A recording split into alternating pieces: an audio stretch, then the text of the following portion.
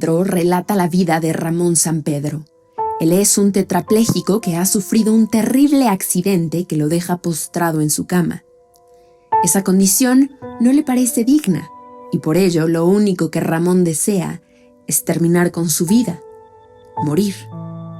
Reclama el suicidio asistido, una práctica ilegal en España.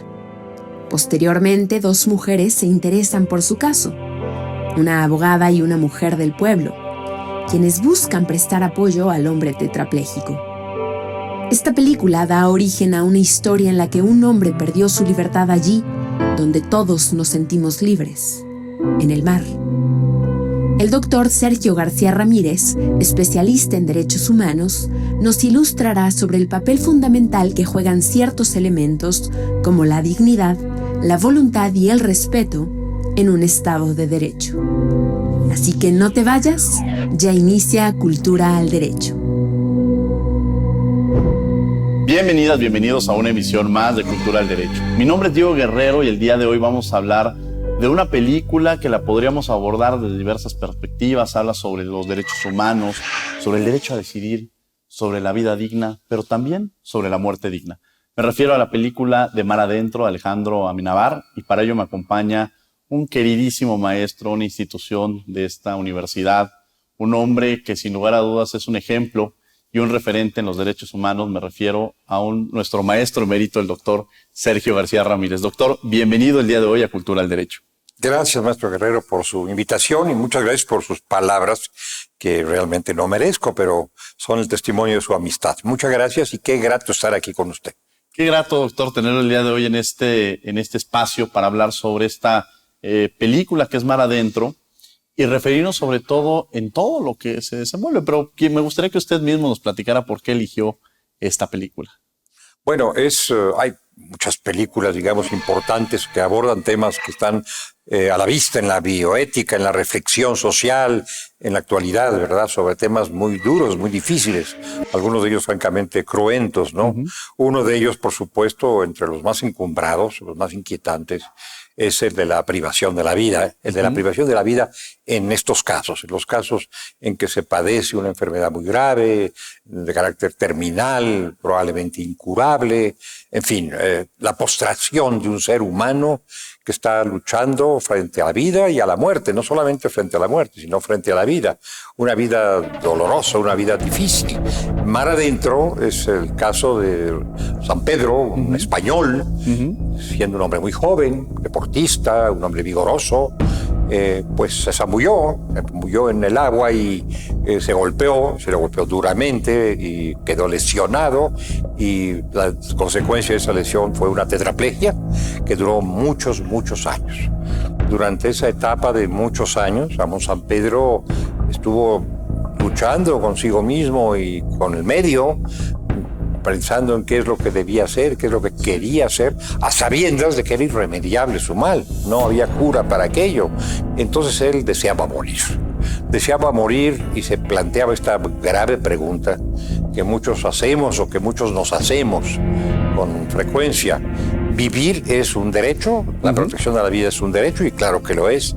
Pero la pregunta es si morir también es un derecho. ¿Puede uno o no puede uno disponer de la vida cuando las condiciones de vida son insoportables? Usted, que es un competente constitucionalista, entre otras vertientes del derecho que maneja, pues conoce, por ejemplo, solo por ejemplo, la Constitución de la Ciudad de México, en la que se habla de la muerte digna como parte del tracto de una vida digna, del continuo de una vida digna. Bueno, es un gran tema, y alrededor de ese tema hay opiniones encontradas, opiniones muy diferentes que entran en choque con frecuencia. Ese es el tema de la película. La última etapa de la vida, muchos años de Sampedro, su decisión y la forma como él enfrenta el tema de la vida y la muerte. ¿Qué le diría a aquellos, precisamente, usted ya lo mencionaba, algunos estarán y seguramente se generará esta discusión en casa de quienes están a favor? Precisamente cuando hablamos de los derechos humanos hablamos de la dignidad, pero esta dignidad es todo el tiempo, no es algo que a alguien le puedan quitar, te quito tu dignidad, ¿no? Sí. Sino es algo que forma parte del ser humano. Y en este escenario, como usted lo plantea, ¿qué le podríamos decir a aquellos que no creen en el tema de la eutanasia, o estos argumentos que de alguna manera los hicieran reflexionar en la toma de decisiones tan Yo importantes, ¿no? respeto mucho la opinión de quienes, como acaba usted de decir, no creen en el tema de la eutanasia, Sí. no estiman que esa es una solución a una vida injusta, dura, indigna, diríamos, ¿no? Es una opinión respetable. Como respetable es la otra, Claro. que yo asumo, que yo tengo, que yo comparto. Los derechos humanos se tienen y se ejercen en la más amplia medida posible, y se suele decir que de la cuna a la tumba. Bueno, hay algunos que se empiezan a ejercer después de la cuna, ¿verdad? Y bueno, se tienen que ejercer hasta que termina la vida. La dignidad de la vida es un valor fundamental, que es el cimiento de los derechos humanos. Vivir con dignidad es algo a lo que aspiramos todos, y es algo que el Estado debe proteger, y es algo que la sociedad debe entender, vivir con dignidad. La pregunta, y ya la mencioné hace un momento, la pregunta que uno se hace, la que se hacía Ramón Sampedro es, bueno, ¿vivir es un derecho y que me debe proteger, o es una obligación que se me impone? Porque en las condiciones en que él se encontraba, como en las que se han encontrado otros pacientes similares, parece ser un deber impuesto, y es un deber indeseable absolutamente porque se está sufriendo. En fin, mire usted, yo lo que diría es lo que escribió en alguna de sus obras Simone de Beauvoir, diciendo: ¿qué haría usted si alguien que está postrado, alguien a quien usted ama, alguien a quien usted quiere, alguien a quien usted respeta, pero que está postrado y que no muere, pero tampoco está viviendo propiamente, le dice: por piedad, sálveme de este sufrimiento, por piedad, sáqueme de este horror que estoy atravesando? ¿Qué haría usted frente a una persona en esa circunstancia? Es un dilema terrible, es un dilema gravísimo. ¿Cuál sería, mencionaba usted hace rato en el tema de la Constitución de la Ciudad de México, en esta posibilidad que se tiene de lo que permiten en las entidades federativas? ¿Cuál sería el papel del Estado? ¿Y en qué casos, si alguna vez usted ha escuchado algún caso quizá no similar que se hubiera suscitado en México, para traerlo también a colación? Bueno, mire usted, vamos viendo cuál es el rumbo que ha tomado nuestra legislación, pero no solamente nuestra legislación, sino la legislación en general en el mundo entero. Hubo un momento en que el suicidio, es decir, la decisión de privarse la vida, la privación de la vida por propia mano, se consideraba un delito, lo cual es una extravagancia, porque pues ¿cómo se va a sancionar al suicida? Claro. Alguien que ya no vive, pero se le sancionaba, privando de bienes a su familia, privándole de reposar en un camposanto, infamando su nombre. Bueno, eso en un muy viejo derecho. Luego no se llegó a este colmo, a este extremo verdaderamente absurdo, pero sí se sancionó a quien, queriendo morir, reclamaba el auxilio de otro para privarse de la vida, y a quien lo inducía al suicidio se hicieron figuras típicas, tipos penales sobre esta materia, con un trato penal punitivo más benévolo que el del homicidio ordinario, el homicidio básico, y mucho más benévolo que el del homicidio calificado. Bueno, la legislación ha sido cada vez más comprensiva, cada vez más benévola, cada vez más indulgente, y se han ido moderando las descripciones típicas y las sanciones aplicables a casos de esta naturaleza. Y en algunos países inclusive se ha abierto la puerta, se ha franqueado la posibilidad legalmente, de que un tercero prive de la vida a petición del titular de la vida en circunstancias de extrema gravedad, sin que esto acarree consecuencias punitivas. El problema, maestro, es cuando el sujeto que quiere morir no puede privarse de la vida por sí mismo. Cuando se encuentra en una situación tal, que era el caso de Ramón Sampedro, claro, en que no puede tomar un veneno, una pistola, algún medio para privarse de la vida, y entonces anhela morir, pero tiene que esperar esta consecuencia de un tercero. El tercero no se atreve, o por razones éticas, por una reserva ética, o por razones jurídicas, tiene temor. Entonces, este es el gravísimo problema. Pero también se dice, bueno, si es derecho de vivir, pues también quien vive puede tener el derecho de morir y pedir que un tercero haga valer ese derecho. Este es el grave dilema, ¿no? Que se plantea, entonces hay que pensarlo. Vamos a tener que ir a un corte, pero no se vayan. Estamos en Cultura del Derecho platicando con el doctor Sergio García Ramírez.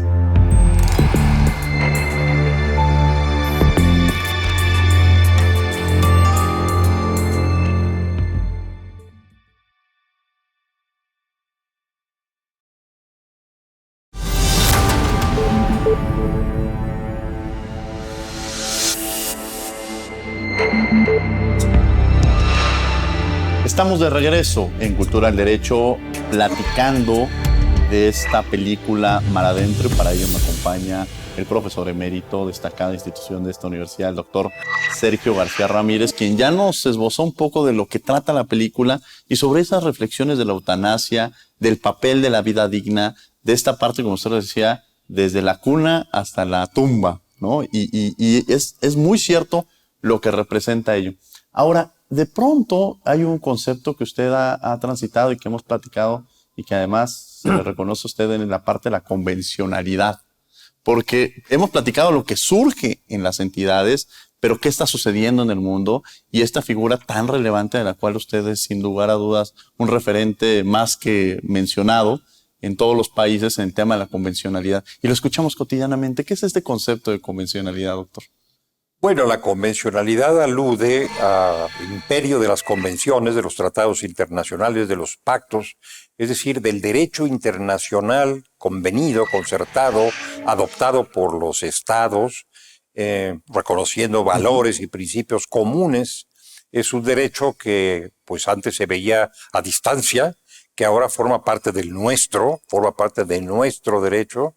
Ahí lo proclama el artículo 133 de la Constitución, el artículo 1 de nuestra Constitución, desde la reforma de 2011. Entonces pensamos ya no solamente en el derecho que está escriturado, digámoslo así, en nuestra Constitución, en nuestras leyes expedidas por nuestros congresos, sino en aquel que es el producto del consenso de varios estados, en la convención, en el tratado, en el pacto internacional. Esto es lo que trae consigo la expresión convencionalidad.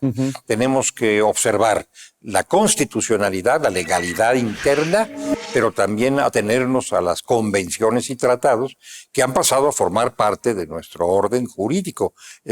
También estamos sometidos, pero no solamente ordenan, también protegen. Claro. Es decir, la protección internacional se ejerce al amparo de eso que llamamos la convencionalidad. Como se protege la constitucionalidad, se protege la convencionalidad.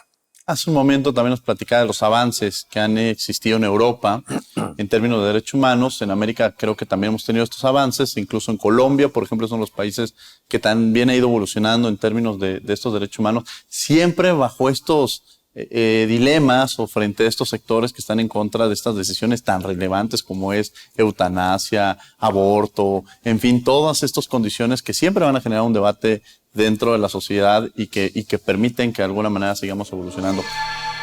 ¿Cómo estamos, si hiciéramos un comparativo en términos de derechos humanos entre el sistema interamericano de derechos humanos y el sistema europeo en términos de derechos humanos? ¿Cómo estas diferencias que a veces de pronto uno dice, ¿cómo está en América Latina? ¿Cómo está en América, sobre todo en general en América, los derechos humanos?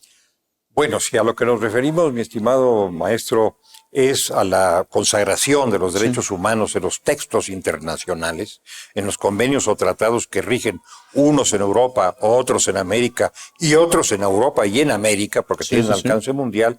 Si nos referimos a eso, la situación es muy próxima entre los regímenes continentales. Las consagraciones de derechos son muy similares, no idénticas, no en detalle, porque siempre hay formas, modalidades, expresiones, adiciones, ¿verdad?, que caracterizan a uno de los sistemas con respecto al otro, pero en términos generales, los grandes valores del ser humano, los grandes principios del derecho internacional de los derechos humanos están reconocidos, recogidos por igual en Europa y en América. En nuestra América, la América Latina, el tema no es un tema que esté ya planteado abiertamente, salvo en algunos países, por supuesto, ¿no?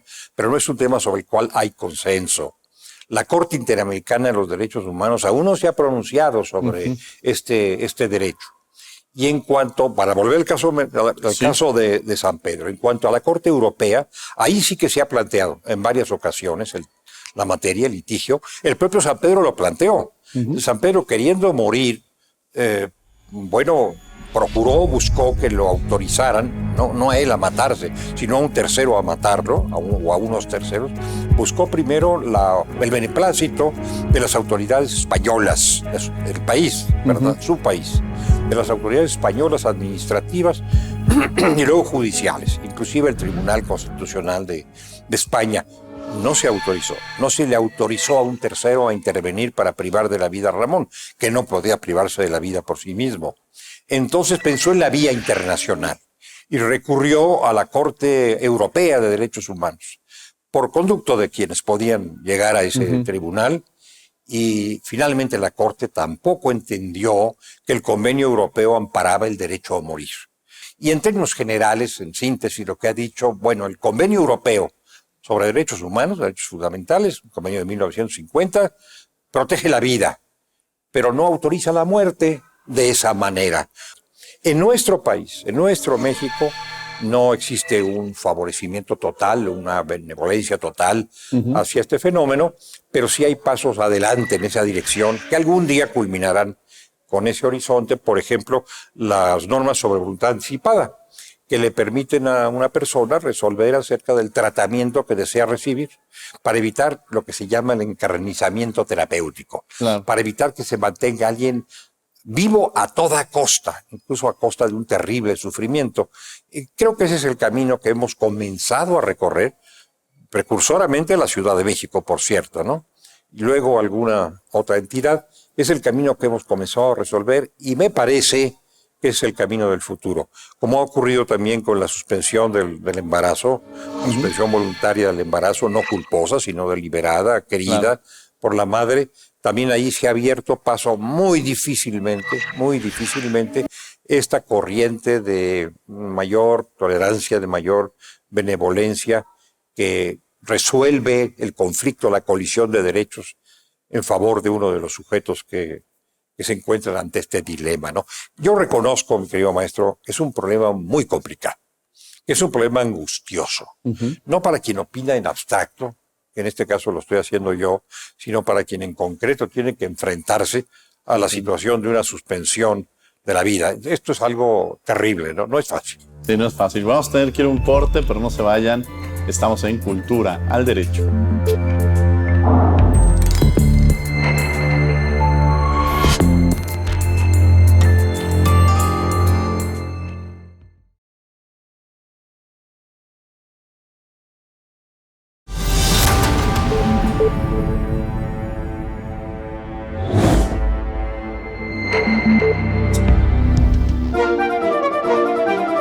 La ley de voluntad anticipada.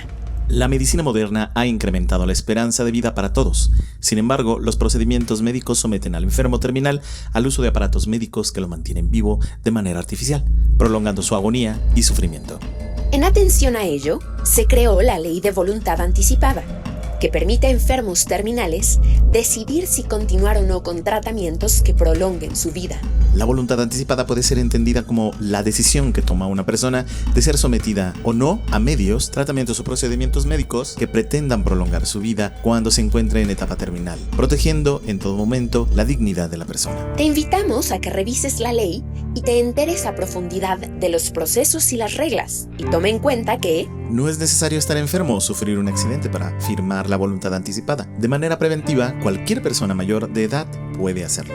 Es importante entender que la voluntad anticipada no prolonga ni acorta la vida. Respeta el momento natural de la muerte y favorece la atención y los cuidados paliativos al final de la vida. Es decir, ofrecer acompañamiento al paciente sin intervención médica durante esta última etapa. Cada quien debería decidir el momento de su muerte. Estamos de regreso en Cultura al Derecho, platicando de esta maravillosa película Mar Adentro, y nos acompaña el doctor Sergio García Ramírez. Doctor, ya hemos transitado en hablar desde el proceso de lo que representa la eutanasia, los avances que se han tenido, estas discusiones, hacia dónde tenemos que ir, pero también hay un papel importante dentro de la película, es el de Julia, la abogada. ¿Cuál es el papel que tiene que ejercer un abogado frente a estos dilemas cuando estás ante una situación en la cual pues alguien quiere precisamente, si bien no está regulado jurídicamente, pero en un término entre el que parecería entre el jus positivismo y jus naturalismo, en estas discusiones que se podrían emerger, ¿cuál sería el papel del abogado? Bueno, maestro, usted es abogado, lo soy yo mismo. El abogado es un lector y un intérprete de la ley que quiere militar en favor de los intereses y derechos de su cliente, si está tratando de asesorarlo, de representarlo. Entonces el abogado pues tiene conciencia cabal de que bajo cierta legislación, si favorece, facilita o incluso auxilia a quien quiere morir a morir, proveyéndole instrumentos de muerte, va a enfrentar consecuencias punitivas, va a enfrentar un castigo. Bueno, no sé si tenga que comentar esto o no con la persona que está sufriendo, pero quien está sufriendo también lo sabe. Entonces, para el abogado hay un grave dilema, porque sabe que puede enfrentar la justicia. En los países que han dado un tratamiento distinto, no necesariamente es así, ¿no? Pero el abogado tiene que actuar con pies de plomo, con exquisito cuidado. Y en todo caso tendría que cerciorarse, al igual que el médico y a las gentes que rodean, de que efectivamente esa es la voluntad del titular de la vida, de que no hay engaño, de que no hay fraude, de que no hay ignorancia, de que no se está resolviendo en condiciones inadecuadas, procedentes, de que efectivamente existe una enfermedad gravísima, de que es irreversible, de que hay un sufrimiento. Todo lo que dice el Código Penal para la Ciudad de México y que no dice con claridad, y sin ella tampoco, el Código Federal de materia penal, todo eso que dice el Código de la Ciudad de México tiene que verificarlo el abogado, desde luego, ¿no? Y por supuesto cualquier persona que está en torno a esta persona. La vida es de definiciones, de decisiones, y al final el personaje tiene que tomar una decisión frente a... Bueno, tiene que tomar una decisión. Mire, en el caso de San Pedro, según la documentación que existe al respecto, 11 personas intervinieron para facilitar la muerte de San Pedro. Él deseaba que se le privase de vida, tenía una amiga muy cercana que lo ayudaba, que lo apoyaba, que lo estuvo asistiendo, tenía familiares, inclusive se acercaron a él sacerdotes, algún sacerdote muy enfermo también, que dialogó con él, pero finalmente él tuvo que llegarse a 11 personas, uno para que comprara el cianuro, otro para que verificara su pureza, otro para que se lo acercara, en fin, y finalmente él tomó la decisión y estas personas ayudaron. La investigación no arrojó consecuencias punibles y el asunto quedó ahí, quedó en suspenso. Él murió y además se grabó 20 segundos de su muerte en las cuales él anuncia su deseo de morir. Claro.